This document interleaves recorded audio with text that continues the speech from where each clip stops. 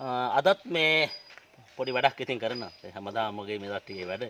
මොකද මේ පිරිවෙන් නිමාඩු දවස් නිසා පන්සලේ අවශ්‍ය කරන පොදු සනීපාරස්ත පහසුකම් ටික ඒ වගේම අනිකුත් අපිට අවශ්‍ය කරන පොඩි ඉදිකිරීම් ටිකක් කරගෙන යනවා. මේ අද අපි ඒ වගේම කරන්න මේ කුණු වලක් සකස් කරලා මේකට මේ දැන් ගොඩාක් වසංගතයක් කරලා තියෙන මේ රිලව් සත්තු බහිනවා ඊළඟට අලියා ඒ වගේම එන්නත් පුළුවන් උනත් වැටෙන්න පුළුවන් ඒ නිසා අපි මේ කුණු වලට උඩ ආරක්ෂිත කොන්ක්‍රීට් ලැල්ලක් දාන්න හදන්නේ.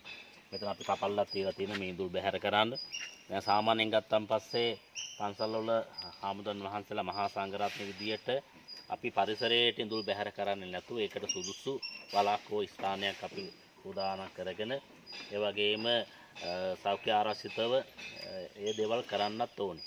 පන්සල් වල වෙහෙරි විහාරස්ථාන බුදු දේවල් විහාරාංගිදි කරනවා වගේම මේවත් ඒ වගේම පිළිවෙලක් තියෙනවා. ඒ නිසා ගොඩක් කලාවට කඩදාසියද ඉඳුල් ටිකද බැහැර කරන දේවල් ඩස්බින් එකකින් දාලා අපි ඒ වගේ ඒවා දාන තැනක් හදා ගන්න ඕනේ. මේ දවස් ටිකේ අර ලොකු වැඩ ටික අපරාධ කරලා සංඝාවාස මේ වාසිකාගාර හදන ගමන් මේ ටිකක් කරන්න. ඉතින් මේ ඔක්කොම වැඩ ටික මේ වටේම ලෙලි තට්ටුව ගහලා කම්බි නෙට් එක බැඳලා ඒ වගේ කොන්ක්‍රීට් එකක් අතන අනනවා අපේ ප්‍රධාන වහන්සේලා. ඉතින් ඒ ඔක්කොම ටික අපි අද දවසේ කරගත්තන් පස්සේ අපිට සාමාන්‍යයෙන් බාස්ලා ගෝලයන්ට ඒ වගේම යන විය පැහැදම ටිකක් අපිට අඩු වෙනවා.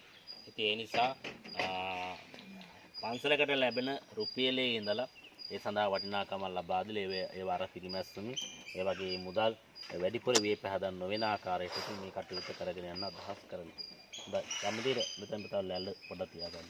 කම්බිය පොඩ්ඩක් එහාට ගන්න.